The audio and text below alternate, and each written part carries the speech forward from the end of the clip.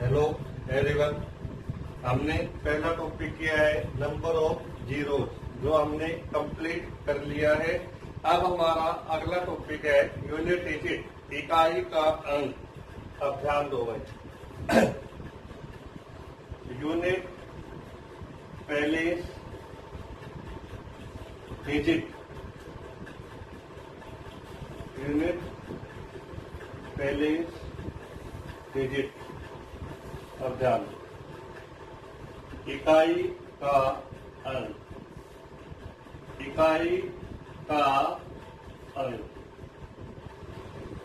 अब इस टॉपिक में क्या होता है, हमें लंबी लंबी संख्याएं दी जाती हैं। नॉर्मली वो संख्याएं मल्टीपल में होती हैं, गुणा में होती हैं, लेकिन बहुत बार क्वेश्चन प्लस और माइनस में भी आ जाता है। तो हम इन्हीं सभी क्वेश्चन को करेंगे। हम पहले बिल्कुल बेसिक क्वेश्चन करेंगे और समझने की कोशिश करेंगे बिल्कुल बेसिक से कि यूनिट डिजिट में किसका हेम रोल होता है। हमने कल ही पढ़ा है number of zeros. Number of zeros में 5 और इवन नंबर का हेम रोल होता है। उसी प्रकार यहाँ पर भी 5 और इवन नंबर का ही हेम रोल होगा। अब ध्यान दें, यूनिट प्लेस हमारे क्वेश्चन किस प्रकार से आते हैं। जैसे कि पहला ही क्वेश्चन है, हमें बोल दिया 12,345 को 12,524 से गुणा किया जाए तो अंत में इकाई का अंक क्या होगा। अब ध्यान दें, जैसे अब इतनी लंबी संख्याएं हैं, इससे भी लंबी संख्याएं होती हैं, हमें इनको गुणा करने की कोई जरूरत नहीं है। जब हमें इकाई का अंक निकालना हो तो इकाई के अंक पर ही काम करेंगे। अब जैसे इसका इकाई का अंक है 5 और इसका इकाई का अंक है 4, तो 5 और 4 को मैंने गुणा किया तो ये क्या होता है, 20 हुआ। तो कहने का मतलब यूनिट प्लेस इकाई का अंक क्या आया, यूनिट प्लेस हमारा 0 आया। तो हमारा आंसर भी क्या हुआ, 0 हुआ। ऐसे ही हमें ये संख्या जरूरी नहीं है मल्टीपल में भी हो, हमें ये इन संख्याओं को जोड़कर भी बोल सकता है। तो जैसे अब ध्यान दें, सिर्फ और सिर्फ हमें यूनिट प्लेस पे ही काम करना है। 7 और 6 कितना हुआ, 13 हुआ। 13 का इकाई का अंक क्या हुआ, 3। तो हमारा आंसर भी क्या होगा, 3। इसी प्रकार अलग अलग प्रकार के क्वेश्चन है। नॉर्मली जो हमारे क्वेश्चन होते हैं वो plus, minus, multiple, factor, power, इन्हीं पर बेस होते हैं। यही टाइप हमें पढ़नी होती है। और एक यहाँ पे टाइम की जो बात है वो ये है कि यहाँ पे डिवीजन के क्वेश्चन बहुत ही कम आते हैं। मैं आपको 2-3 क्वेश्चन वो भी करा दूंगा। अब ध्यान दें, इसी में बहुत बार सीजीएल वगैरह में हमसे दहाई का अंक और सैकड़े का अंक भी मांग दिया जाता है, तो हम वो अंत में निकालेंगे। अब ध्यान दो भाई। अब सबसे पहले हम समझेंगे हमारे टॉपिक का बेसिक क्या है और इकाई के अंक में किन किन बातों का हमें ध्यान रखना होता है। सबसे पहला पॉइंट है हमारा कि मैं तुम्हें जितने भी क्वेश्चन लिख रहा हूँ उन सभी में पहले ही टाइप है हमारी, उन सभी क्वेश्चन में मैं लिख रहा हूँ 5 और सम संख्याएं, 5 और सम संख्याएं। इस टाइप में हमारे पास 2 टाइप बनती हैं। तो पहले ही टाइप जब 5 और सम संख्याओं की बात हो, तो जैसे पहला ही क्वेश्चन है 5, 9, 24, 25। अब इसमें इकाई का अंक क्या होगा। ऐसे ही अगला क्वेश्चन है 245, 283, 399 यहाँ पे इकाई का अंक क्या होगा? अब ध्यान दें, जब भी 5 और सम संख्याएं हमें कहीं भी नजर आती हैं, अब ध्यान दें, हमारे क्वेश्चन में हमें 5 भी नजर आया और सम संख्या भी नजर आया। जब भी मल्टीपल की बातें होती हैं और सम और 5 हो तो हमें बाकी संख्याओं से कोई मतलब नहीं होता, क्योंकि हमने कल ही पढ़ा है, पहला ही पॉइंट, 5 को किसी भी सम संख्या से गुणा किया जाता है तो अंत में क्या आता है? सभी के अंत में शून्य ही आता है। तो सबसे हमारे इस टाइप में हमारे क्वेश्चन इसी पर काम करेंगे, बिल्कुल बेसिक। मैंने देखा 5 और सम संख्या टकराते हैं तो हमेशा शून्य लेके आते हैं, तो इकाई का अंक हमारा क्या हो गया? 0 ही हो गया। हम लिख सकते हैं यूपीडी, यूनिट पैलेट डिजिट, हमारा यहाँ पे क्या हुआ? शून्य हुआ। उसी प्रकार अगले क्वेश्चन में भी हमें नजर आया, अंत में 5 है। अब कोशिश करें, सम संख्या है क्या? लेकिन सम संख्या नहीं है। एक बार मैं इसको सम बना देता हूँ। ये रहा 5, ये रही सम संख्या, तो इसका हमें कोई मतलब नहीं। 5 और जब भी सम संख्या मिलते हैं हमेशा क्या लेके आते हैं? शून्य लेके आते हैं। तो हमारा इकाई का अंक क्या हो गया? शून्य ही हो गया। इसी प्रकार सेम हमारे क्वेश्चन बनते हैं विषम संख्याओं पे। लेकिन जब सबसे पहले हमें ध्यान देना है कि 5 और सम संख्या तो नहीं है। जब 5 और सम संख्या मिल जाए तो हमारा क्वेश्चन एक ही सेकंड में हो जाता है और हमें बिन देखे ही आंसर लगा देना है कि आंसर शून्य होगा। लेकिन कंडीशन है, क्वेश्चन किसमें होना चाहिए? मल्टीपल में होना चाहिए। और नॉर्मली एग्जाम में क्वेश्चन मल्टीपल पर ही आते हैं। तो पहली टाइप। इसी में हमारी अगली टाइप, जब सम संख्या न होके विषम संख्या हो, सम संख्या न होके जब विषम संख्या हो, तो इसमें क्वेश्चन किस प्रकार बनते हैं? इसी का हमारा अगला भाग मैंने लिख दिया, बी भाग। अब इस बी भाग में क्या है? 5 के मल्टीपल में विषम संख्या हो, 5 के मल्टीपल में विषम संख्या हो। पहला ही क्वेश्चन लिख दिया, 2483 गुणा में 525, 9855। सेम उसी प्रकार 893, 945, 1023। अगला क्वेश्चन है हमारा 1027, 1026, 1025। एक बार इसको रहने दो, मैंने लिख दिया यहाँ पे 1029। अब जितने भी क्वेश्चन हैं सभी में या तो संख्या 5 का मल्टीपल है या फिर वो संख्याएं विषम है। तो अब ध्यान दें, मैंने कल ही तुम्हें पढ़ाया था, जितनी भी विषम संख्याएं 1, 2, 1, 3, 5, 7, 9, ये सभी हैं विषम संख्याएं। जब मैंने इन विषम संख्याओं को 5 से गुणा कर रहा हूँ, जब मैं इन विषम संख्याओं को 5 से गुणा कर रहा हूँ, तो सबके अंत में इकाई का अंक 5 ही आ रहा है, 5 ही आ रहा है। तो मैंने कल भी बताया था, जब भी विषम संख्या को 5 से गुणा किया जाएगा तो 5 ही आता है। हमेशा इकाई का अंक क्या आएगा? 5 ही आता है।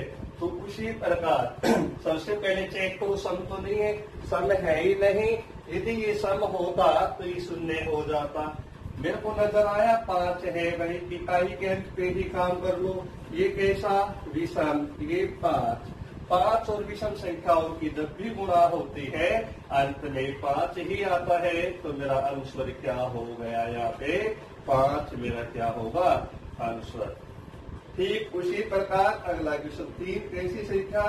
विषम संख्या। ये मिला मेरे को 5, अगली संख्या भी विषम। जब विषम और 5 टकराते हैं तो हमेशा क्या लेके आते हैं? 5। हम देख सकते हैं 3 गुणा 5 गुणा 3, 3 गुणा 5 15 गुणा 3 45, अंत में क्या आया 5। तो मेरा आंसर क्या होगा 5। ठीक उसी प्रकार ये 5 भी कैसी संख्या 5 है, ये सभी कैसी संख्याएं विषम संख्याएं। और मैं जब भी विषम को और 5 को गुणा करूंगा अंत में क्या मिलेगा 5। तो यहाँ पे भी मेरा यूनिट पहले डिजिट क्या होगा 5 होगा। यही हमारी बेसिक टाइप है। तो हमने यहाँ से दो बातें समझी। सम को जब भी 5 से गुणा करूंगा हमेशा 0 आएगा, 5 को विषम संख्या से गुणा करूंगा तो 0 आएगा। सबसे पहले हमें यही ध्यान रखना होता है।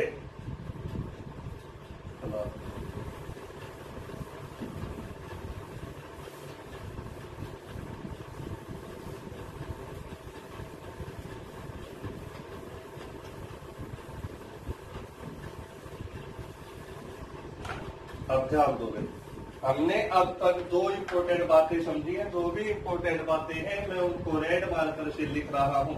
पहले ही बात समझी हमने, जब भी 5 और सम संख्या का मल्टीपल आएगा तो अंत में 0 ही मिलेगा। दूसरी बात, जब भी 5 को किसी भी विषम संख्या से गुणा करेंगे अंत में क्या आएगा 5। अब अगला बेसिक ध्यान से समझे, अगला बेसिक ध्यान से समझे। हमने अभी अभी समझा है कि इकाई के अंक पे ही हमें ध्यान रखना है। तो अगले टाइप में क्या होता है, मैं उसी में सी टाइप बना रहा हूँ, उसी में सी टाइप बना रहा हूँ। जब 5 नए हों, अलग अलग संख्या हो, अलग अलग संख्या हो। जब अलग अलग संख्या हो कैसे हो, पहला ही क्वेश्चन जैसे मैंने लिख दिया 124, 132, 996। अब देखो ठीक है, इस क्वेश्चन में भी 5 का रोल नहीं है। इसी प्रकार अगला क्वेश्चन हम लिख रहे हैं,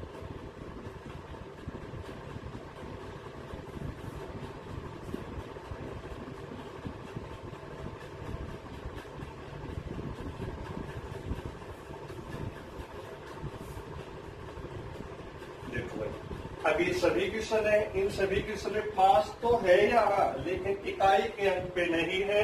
और इकाई के अंक टॉपिक में हमेशा इकाई के अंक पे ही ध्यान देना होता है। जब 5 और विषम संख्या न आए तो उस केस में हमें इकाई के अंकों पे ही काम करना होगा। और हम कोशिश करते हैं 4 गुणा, तो यहाँ से क्या आया 8, ये कितना है 6, 8 गुणा 6 कितना होता है 48। तो इकाई का कितना आया 5। मेरा यूनिट पहले डिजिट क्या होगा 8। उसी प्रकार अगले क्वेश्चन में भी इकाई के अंक 5 नहीं है, तो यहाँ हमें बेसिक पे काम करना होगा।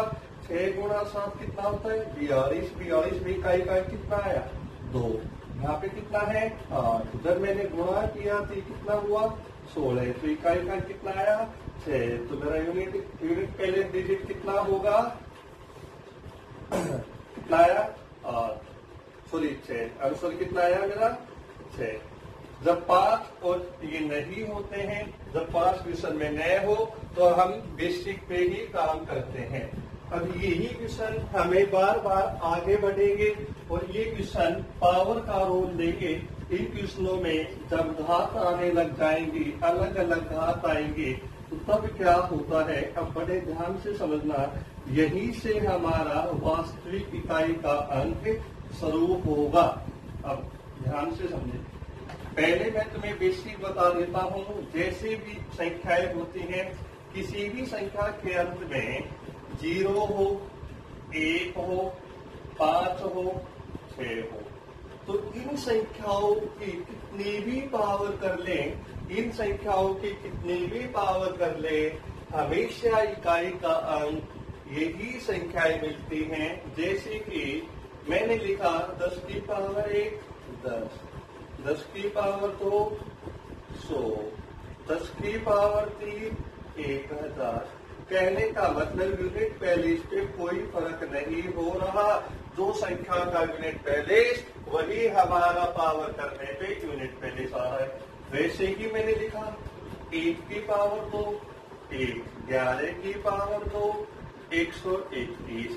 उसी प्रकार 11 की पावर 3 1331, संख्या का इकाइकांक भी 1 और हमारा आंसर भी कितना 1, तो कोई फर्क नहीं हुआ।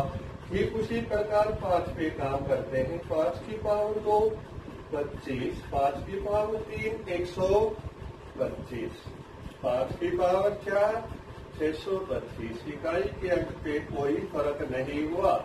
6 की पावर 1 6, 6 की पावर 2 36, 6 की पावर 3 216, 6 की पावर 4 1296। यहाँ भी इकाई का अंक क्या है भाई 6 है। तो मैं एक बात समझ गया, जब भी किसी संख्या का इकाई का अंक 0 1 5 6 हो तो उसकी चाहे कितनी भी पावर हो, इकाई का अंक वही आते हैं, इकाई का अंक वही आते हैं। तो पहला हमारा तीसरा पॉइंट यही है, जब भी इकाई का अंक 0 1 5 6 हो तो यहाँ पे नो चेंज होगा, कोई बदलाव नहीं होगा, कोई बदलाव नहीं होगा। अब ध्यान दो, हमने अब सीखा 0 1 5 6 किसी भी संख्या का इकाई का अंक हो तो उसकी कितनी भी पावर करो हमेशा वही अंक आएंगे। ठीक उसी प्रकार अब हम बात करते हैं 4 पर। देखो 4 में क्या बदलाव हुआ, पावर 1 4, पावर 2 16, पावर 3 पावर 3 हुआ, यहाँ पे ध्यान दें 64, पावर 4 किया मैंने 256। अब यहाँ से हमें एक बात समझ में आई है, यहाँ से एक बात उसी प्रकार पावर 5 1024। अब देखो ध्यान देने वाली बात समझो भाई कि जब भी 4 की पावर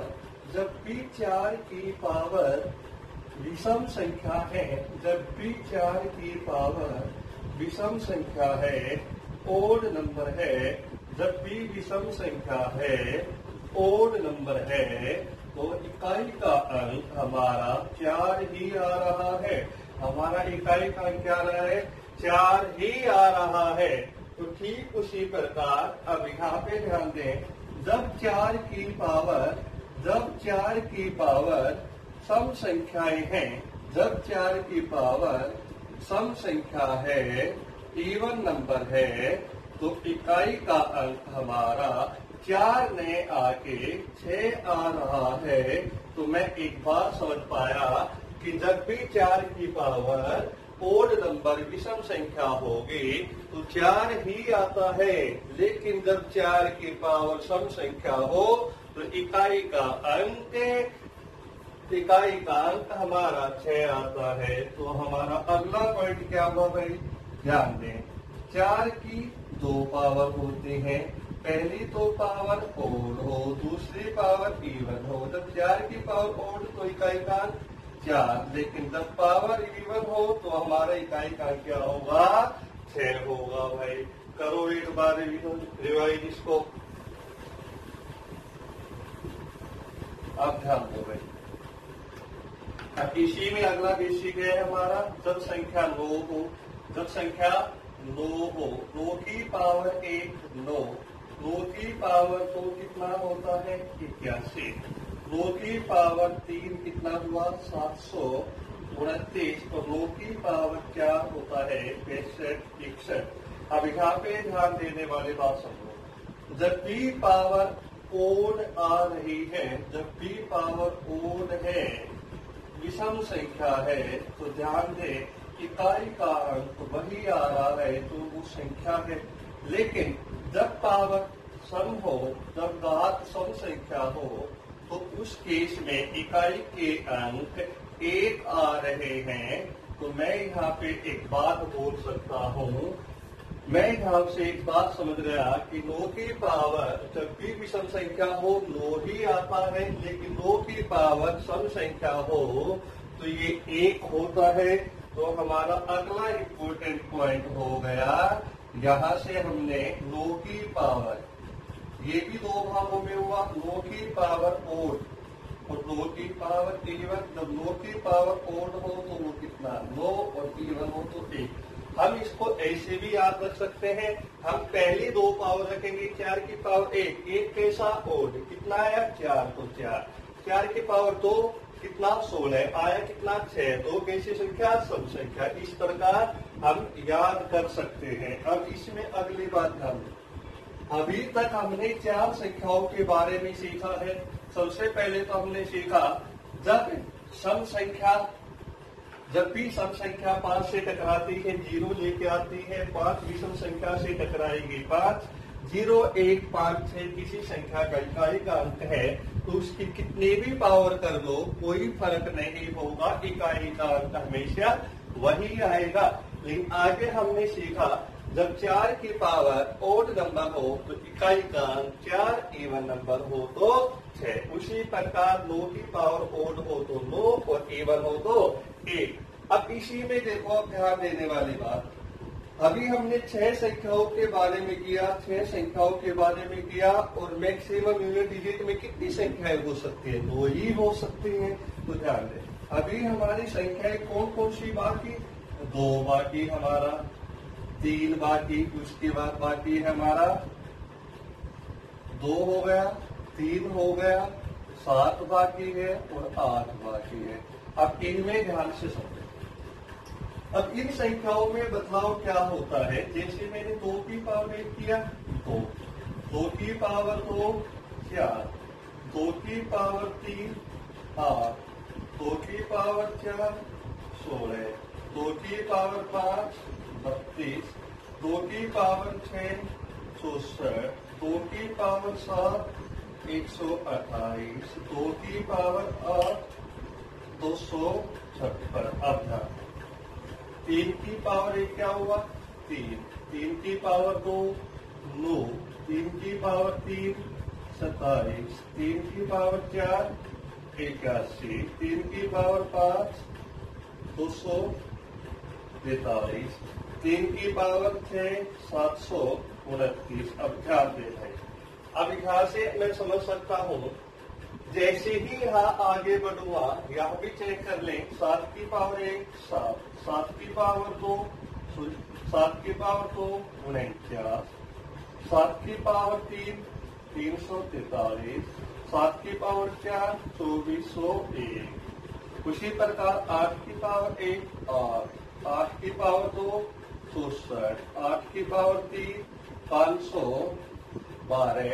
उसी प्रकार 8 की पावर 4 4096। अब यहाँ से ध्यान से समझो, अब यहाँ से हम एक बात समझ रहे हैं, 2 4 8 6 इकाई के अंक है, लेकिन यही इकाई के अंक रिपीट हो रहे हैं, यही इकाई के अंक रिपीट होने लग गए, वही इकाई के अंक रिपीट होने लग गए। तो मैं एक बात समझें, जब भी 2 की पावर 1 और 2 की पावर 5 हो तो इकाई का अंक 2 ही आ रहा है, 2 की पावर 2 और 2 की पावर 6 पे 4 आ रहा है। मैं एक बात कह सकता हूँ, पावर 1 पावर 5, पावर में अंतर कितने का 4 का, मतलब हर 4 अंतर पे, पावर के हर 4 अंतर पे उस संख्या का इकाई का अंक रिपीट होने लग जाता है, रिपीट होने लग जाता है। 2 की पावर 2 में 4, 2 की पावर 6 में भी 4, तो 6 में अंतर कितने का 4 का। तो मैं एक बात समझ सकता हूँ, किसी भी संख्या की पावर में जब 4 का अंतर हो जाए तो रिपीट होने लग जाता है इकाई का अंक। तो मैं एक बात कह सकता हूँ, जब मैंने इस 6 को 4 से भाग दिया तो मेरा यहाँ पे रिमाइंडर कितना आया, शेष पर कितना आया 2। तो मैंने यही पावर लगाई, 2 की पावर 2 पे भी क्या 4, 2 की पावर 6 पर भी क्या है 4। उसी प्रकार 8 को मैंने 4 से भाग दिया, यहाँ पे शेष फल 0 आ गया। जब भी शेष फल 0 आएगा हमेशा हम इसको 4 लेके चलेंगे, ये मैं तुम्हें रिमाइंडर कॉलम में बताऊंगा। तो 2 की पावर 8 पे भी 6 और 2 की पावर 6 पे 4 पे भी 6। तो मैं एक बात समझ गया कि ये जो संख्याएं हैं 2 3 7 8, 2 3 7 8 जब भी आता है तो हम पावर जो हमारी है उसी को हम 4 से भाग देंगे और जो शेषफल आएगा वही हम पावर लगा देंगे। जैसे कि इसमें पहला ही बेसिक क्वेश्चन देखो।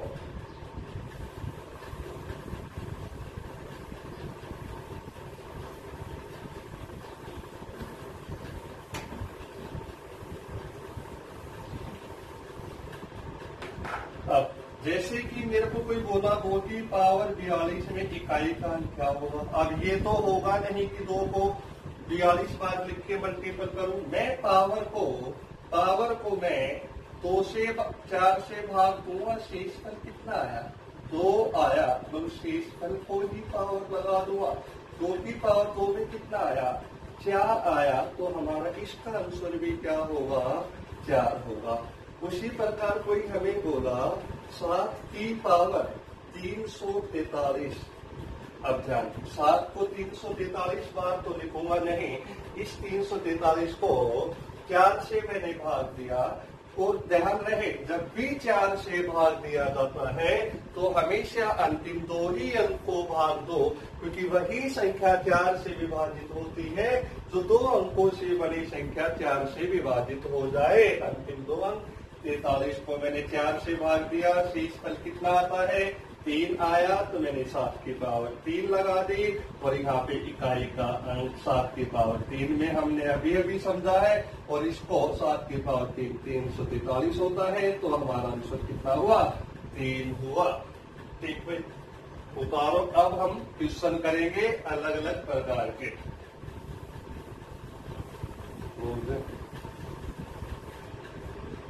अब ध्यान दो।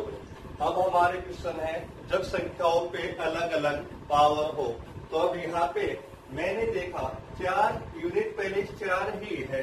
4 की पावर क्या है? 124। लेकिन 124 तो 4 से पूरी तरह विभाजित हो रहा है, तो 4 की पावर कितना हो? लिख दूं मैं इसको 4 ही लिख दूं। 125 को 4 से विभाजित किया, शेषफल 1 आया, 5 की पावर 1। उसी प्रकार 6 की पावर, यहाँ से शेषफल कितना आया? 2। 4 की पावर 4 की पावर कैसी? Even number. जब भी इवन नंबर हो क्या आता है? 6 आता है। 5 की पावर 5, 6 की पावर 2, 36। 36 में क्या आया? 6 आया। तो अब मैं इसको सोल्व कर सकता हूँ। लेकिन एक दूसरा तरीका मैंने तुम्हें बताया था कि जब भी 5 को किसी भी सम संख्या से गुणा करते हैं तो हमेशा शून्य ही आता है। तो जब भी क्वेश्चन में 5 आए, और मैंने एक बात बताई थी 0, 1, 5, 6 वो संख्या है, उनके कितने भी पावर कर लो यूनिट बैलेंस पे कोई फर्क नहीं पड़ता। तो आप ध्यान दें, जब भी क्वेश्चन में 5 नजर आए तो तुम्हें यही चेक करना है कहीं सम संख्या तो नहीं है, क्योंकि हम जानते हैं 5 और सम संख्या को जब गुणा किया जाता है 0 आता है। तो यहाँ पे तुम एक बात और समझ सकते हो, हमेशा ध्यान रहे इवन संख्या की कितनी भी पावर हो, तुम अपनी मर्जी से कितनी भी पावर लगा लो, उसका इकाई का अंक हमेशा इवन ही मिलेगा।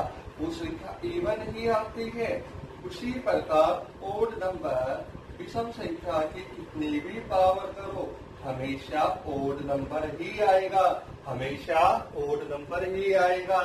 जैसे मैं देख सकता हूँ 23 की पावर 2 क्या हुआ? 529। कैसा नंबर? Odd number. उसी प्रकार मैंने चेक किया यहाँ पे उसी प्रकार मैं चेक करा 24 की पावर 2 कितना हुआ? 576। तो ये कैसी संख्या है? Even number. तो मैं एक बात कह सकता हूँ, इवन संख्या की कितनी भी पावर करो वो इवन संख्या होती है। और जब ओड नंबर की कितनी भी पावर करो हमेशा ओड नंबर ही आएगा। और अब तो ये क्वेश्चन बिल्कुल एक ही सेकंड का हो गया। मैंने तुम्हें बताया था जब भी इवन नंबर और 5 गुणा होते हैं 0 लेके आते हैं, और 5 और विषम संख्या की गुणा हमेशा 5 लेके आती है। तो अब ध्यान दें, मैंने देखा 6 की कितनी भी पावर हो आता कितना है 6, 5 की कितनी भी पावर हो आता 5 है, और 5 किसी भी सम संख्या से टकराता है क्या लेके आता है, अंत में 0 लेके आता है। तो मेरा आंसर क्या हुआ, 0 हुआ या नहीं हुआ। अब इसी प्रकार ये क्वेश्चन आगे बढ़ता रहेगा, लेकिन एक बात हम जानते हैं कि 4 की पावर 4 भी आएगा, 5 की पावर 5। जब 5 मिल जाए तो एक बार सोचो, सम संख्या तो नहीं है। हाँ भाई है, सम संख्या की कितनी भी पावर कर लो सम संख्या आएगी, 5 की कितनी भी पावर करो 5 ही आएगा। और मैंने बताया था सम संख्या गुणा 5 क्या होगा, अंत में 0 आता है। तो मेरा आंसर भी क्या हुआ, 0 ही हुआ। सेम इसी प्रकार मैंने देखा सम संख्या है, सम संख्या की कितनी भी पावर करो सम आएगा। उसी प्रकार मैं आगे बढ़ूंगा, 4 की पावर 96, 5 की पावर 95, 5 की कितनी भी पावर हो 5 आएगा। और जब भी सम संख्या और 5 आपस में गुणा किए जाते हैं तो अंत में 0 आता है। तो मेरा आंसर भी क्या हुआ, 0। ठीक उसी प्रकार ये क्वेश्चन ध्यान दे, पूरे क्वेश्चन पे हमें ध्यान देने की कोई जरूरत नहीं, क्योंकि मेरे को 5 नजर आ रहा है। 5 की कितनी भी पावर हो वो हमेशा 5 ही देगा अंत में। सम संख्या की कितनी भी पावर हो वो हमेशा सम संख्या ही देगी। और सम संख्या को 5 को जब गुणा किया जाता है हमेशा शून्य आता है। और एक बार शून्य आ जाओ, शून्य किसी भी संख्या से गुणा करते हैं तो वो शून्य ही आता है। तो यहाँ हमारा आंसर क्या हुआ, यूनिट पहले हमारा शून्य हुआ। इसी में अब हम आगे क्वेश्चन लिखेंगे। एक बार देखो भाई, अब भाई ध्यान दो, ये दोनों ही क्वेश्चन प्रीवियस ईयर में आए हुए हैं। तो अब इन दोनों क्वेश्चन की कोशिश करो। ये क्वेश्चन देखने में खतरनाक है, वैसे इन क्वेश्चन में कुछ नहीं है। जो हमने बेसिक किया, जो हमारी यहाँ पे बातें पूरे यूनिट में यही काम आनी है। अब ध्यान दें, मैंने देखा 4 की पावर 1, 4 की पावर कैसी है भाई, 4, तो क्या आया 4। 4 की पावर कैसी, इवन कितना आया 1। 4 की पावर और 4, 2 की पावर इवन तो 1, 4 की पावर और 4। उसी प्रकार ये आगे 4 की पावर कैसी और 4, 2 की पावर कैसी इवन क्या आया 1।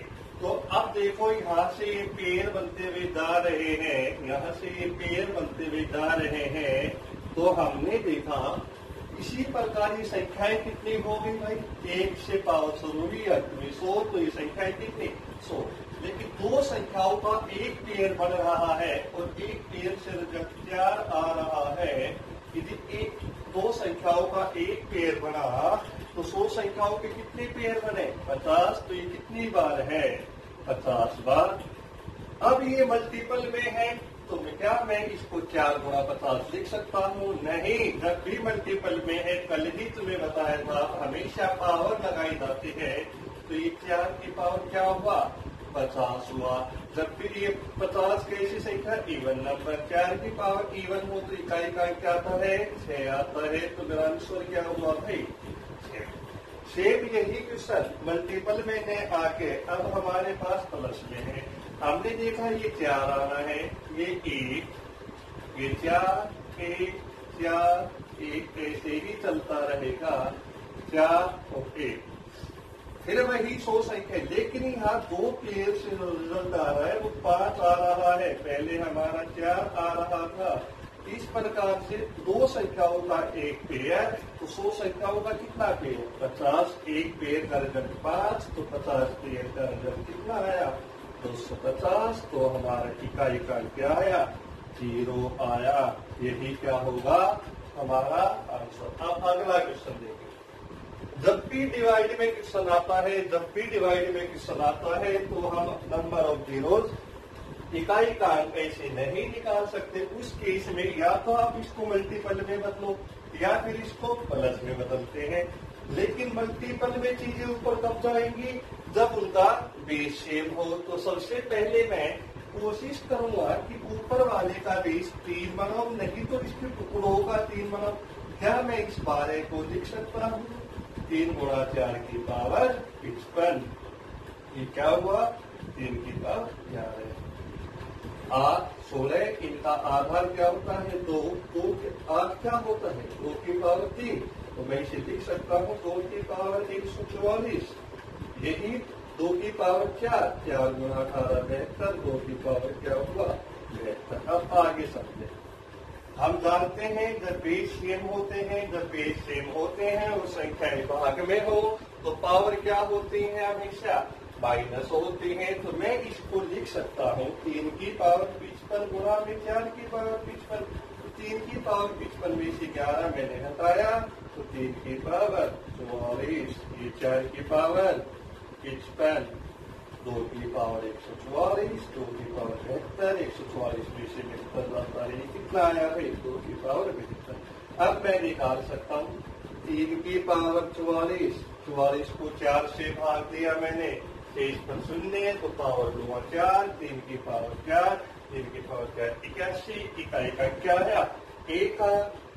ठीक उसी प्रकार 4 की पावर कैसा नंबर है ओड नंबर है, तो ये कितना आया 4, 2 की पावर 72, ये फिर से 2 की पावर 4 से भाग दिया, शेष पर 0 आया, तो 2 की पावर 4 क्या होता है 16 होता है, इकाई का अंक है 1 गुना 4 4, प्लस 6 कितना 10, तो हमारा आंसर कितना आया 0 आया। उतारो भाई, करो इसको। देखो भाई, अब ये अगले दोनों क्वेश्चन ही एनटीपीसी में आए हुए हैं। बोला 299 तक की अभाज्य संख्या है। अरे पहली अभाज्य संख्या क्या होती है 2 या 3, पहली अभाज्य संख्या होती है 2। तो देखिए 2, 3, 5, 7, 11, 13 ऐसे ही ये आगे बढ़ती रहेंगी। लेकिन एक बात समझे, हमें 5 भी नजर आया, 2 भी नजर आया, और हमने पढ़ा है जब भी सम और 5 टकराएंगे अंत में क्या लेके आएंगे 0, तो हमारा आंसर भी क्या हुआ यहाँ पर 0। एक उसी प्रकार अगला क्वेश्चन, लेकिन यहाँ पे एक बदलाव है। उसने एक बात बोली 2 से बड़ी, मतलब 2 को काउंट नहीं करना, तो 3, 5, 7, 9, 11, 13। अब बात सोचने वाली, जब अभाज्य ही बोल दिया तो अभाज्य संख्याएं वही होती हैं जिसके 2 फैक्टर होते हैं, एक या वो खुद। तो अब ध्यान दें, इन सभी संख्याओं में 2 का मल्टीपल आएगा ही नहीं, तो सम संख्या बनेगी ही नहीं। और मैंने तुम्हें बताया था जब भी ओड नंबर, जब भी विषम संख्या को 5 से गुणा किया जाता है, ये सभी विषम संख्याएं हैं, तो इकाई का क्या आएगा 5, तो हमारा आंसर क्या हुआ 5। उतारो भाई। फिर अगले टाइप है हमारी फैक्टोरियल पे आधारित। देखो भाई, अब अगले जितने भी क्वेश्चन हैं वो सारे के सारे फैक्टोरियल पे आधारित हैं। अब ये फैक्टोरियल होता क्या है, फैक्टोरियल को हम इस प्रकार भी शो कर सकते हैं और हमको इस प्रकार भी। अब ये फैक्टोरियल होता क्या है, जैसे मैंने लिख दिया 2 फैक्टोरियल, तो इसका मतलब होता है इसे घटते हुए क्रम में मल्टीपल करें और जब तक करें जब तक आखिर में 1 न आ जाए। तो उसी प्रकार ये क्या हुआ 3, 2, 1, ये कितना हुआ 4, 3, 2, 1। अगला हुआ 5, कितना हुआ 5, 4, 3, 2, 1। उसी प्रकार अगला 6। अब एक बात समझ में आ रही होगी हमें कि जब भी तुम जानते हो 5 और सम संख्या टकराती है वो हमेशा 0 लेके आती है, और एक बार 0 आने के बाद वो किसी भी संख्या से गुणा हो हमेशा वो 0 ही आता है अंत में। तो ये कितना हुआ 2, ये कितना हुआ 6, ये कितना हुआ 24, ये कितना हुआ 120, ये कितना हुआ 720। अब ये जो 0 है ये दोहराने लग जाएगा, क्योंकि 5 फैक्टोरियल या 5 फैक्टोरियल से बड़ी कितनी भी संख्याएं हो वहां भाई 5 तो आएगा ही आएगा। 7 फैक्टोरियल है तो 6, 7, 6, 5, यदि 5 और सम संख्या मिलेगी 5 और सम संख्या आएगी तो वो क्या देगी, इकाई का हमेशा 0 देगी। तो अब ध्यान दें सभी हमारे क्वेश्चन। अब ये क्वेश्चन देखने में है लेकिन है कुछ नहीं इसमें। हम जानते हैं 28 फैक्टोरियल को सोल्व करने की कोई जरूरत नहीं है। मैं एक बात जानता हूँ, कुछ भी हो लेकिन अंत में आना इसके 0 ही है, क्योंकि 28 फैक्टोरियल को मैं सोल्व करूंगा तो 5 तो आएगा ही, और सब संख्या भी 5 और सब संख्या टकराएंगे, अंत में क्या है 0। 0 की कितने भी पावर हो वो आना क्या है 0 ही आना है। सेम उसी प्रकार अगला क्वेश्चन, ये फैक्टोरियल 44 है तो मैं सोल्व करूंगा, आना तो 0 ही है। अब इसकी कितनी भी पावर आना ये 0 ही है, तो मेरा आंसर भी क्या हुआ। सेम उसी प्रकार अब अगले क्वेश्चन पे ध्यान दें। अगले क्वेश्चन पे ध्यान दें, 1 फैक्टोरियल 1 होता है, 2 फैक्टोरियल कितना होता है 2, 3 फैक्टोरियल 6, 4 फैक्टोरियल 24। टॉपिक हमारा यूनिट 24 में इकाई का 4, तब आगे 120 आएगा 0। अब ये 0 ही चलता रहेगा। कहने का मतलब ये यूनिट डिजिट में कोई प्रभाव नहीं डालेंगे, प्रभाव होगा तो यहाँ होगा। 1 को 2, 3 3 थे 2 2 4 13। अब इसमें कितने भी 0 दोनों कोई फर्क नहीं, तो आंसर मेरा क्या आया 3। मेरा क्या होगा आंसर सेम उसी प्रकार 1 2 3 फैक्टोरियल 6 ये 24। अब अंत में 120 720। एक बार यदि अंत में 0 आ गया तो उस पूरे क्वेश्चन को ही क्या बना देगा मल्टीपल में 0, तो हमारा आंसर क्या हुआ भाई 0।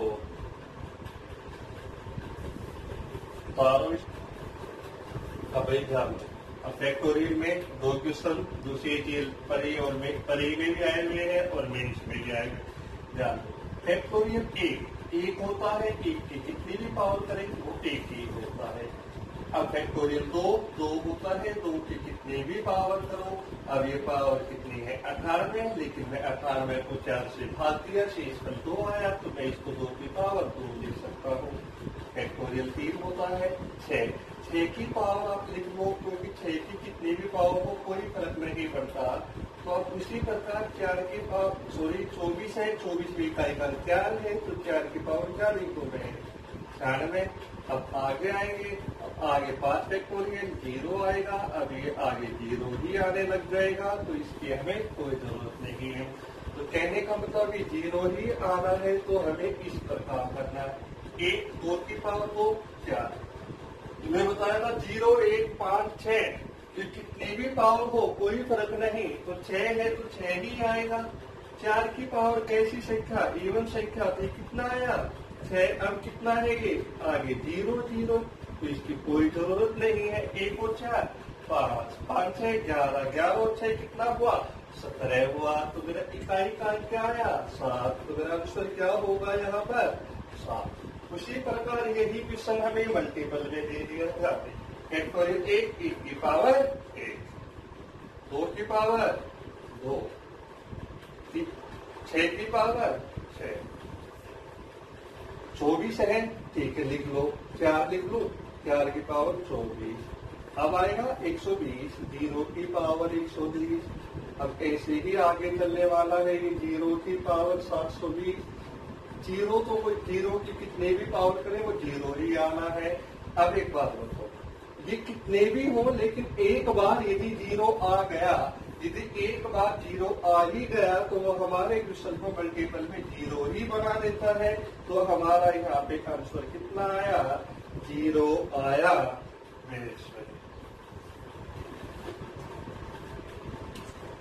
देखो भाई, आज का हमारा इस टॉपिक का ये आखिरी क्वेश्चन है, इसके बाद ये हमारा टॉपिक खत्म हो जाएगा। अब इसमें ध्यान दें एक बात, अब तक हमसे इकाई का अंक मांगा जा रहा था, लेकिन अब हमें इकाई का अंक देके उस संख्या का इकाई का अंक मांग रहा है।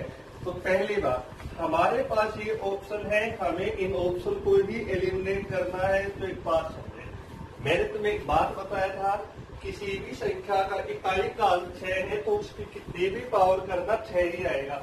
और इकाई का अंक कितना है भाई 6 है, तो ध्यान दे एक बात तो कंफर्म है कि हाँ k की जगह क्या हो सकता है 6 भी तो हो सकता है, क्योंकि 6 की कितनी भी पावर कर लो 6 ही आना है। तो मतलब ये ऑप्शन भी हमारा क्या हुआ सही। अब अगला ऑप्शन पुट किया मैंने, जैसे ही मैंने 2 पुट किया तो 2 की पावर 100 को 4 से भाग दिया, शेषफल कितना आया 4 ही 0 आया, 0 शेषफल आता है, पावर कितने लेते हैं 4, 2 की पावर कितना 100 रहेगा, यहाँ पे कितना आया 6। कहने का मतलब ये भी ऑप्शन हो सकता है।